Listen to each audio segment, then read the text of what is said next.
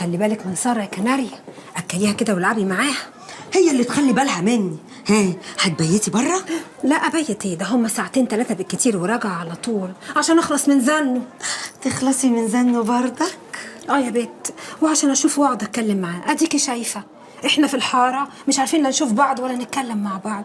وبعدين يا بت ده جوزي، يعني له حق عليا، ما تفوقي. يبقى خلاص ما تعوقيش، ولو لقيتي نفسك هتتأخري بيتي، ريحي أعصابك، على الأقل ما ترجعيش بالليل لوحدك متأخر.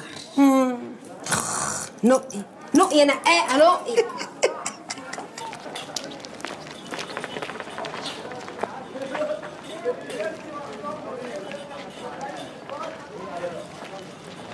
خيبك ايه الرجاله دي؟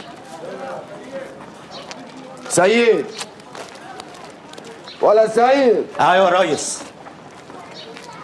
هروح مشوار نصايه مش هعوق. عينك على المكان يا ابو السيد عسل. عناية يا ريس.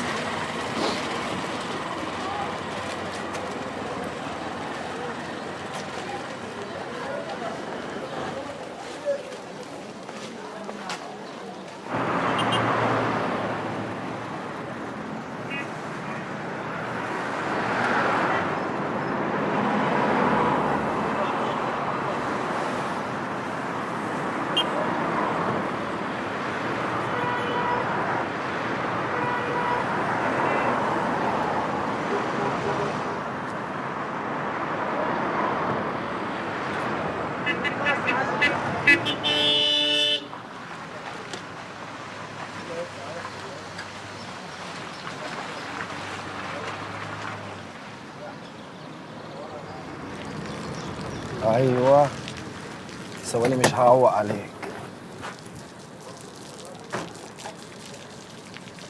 السلام عليكم.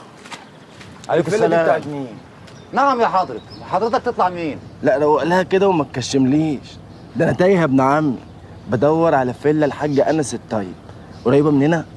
هي دي فيلا الحاج انس الطيب. عايزه في ايه؟ مش عايزه في حاجه.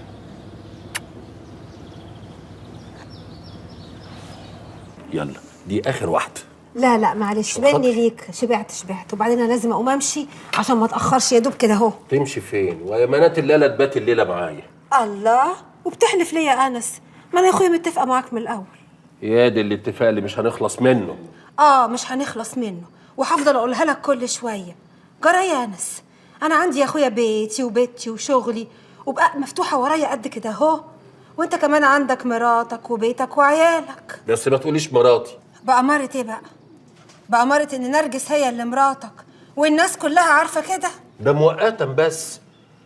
والله ليك عليا شويه كده هو واخلص من الشبكه السوداء دي خالص. تبقى انت اللي حبيبتي ومراتي قدام ربنا وقدام الناس كلها. ثم احنا متفقين. شفت اهو، اديك قلت متفقين، يبقى نفضل بقى يا اخويا على الاتفاق اللي بينا وبلاش تفاصل. وبعدين شوف بقى يا انس، انا عمري ما هقول لك طلق نرجس. انا يا اخويا مش خرابة بيوت، اللي بيجمع الناس ما يقدرش يفرقهم ابدا. انا كنت عايزه اتجوز راجل عشان يبقى ظهري واتسند عليه ويحميني. طب ما انا عندي قولي. الله، تصدقي بالله مفيش احسن من النهارده تستندي عليا فيه. وبعدين يا انس انا مش بهزر بقى يا اخويا، هتسند عليك ازاي؟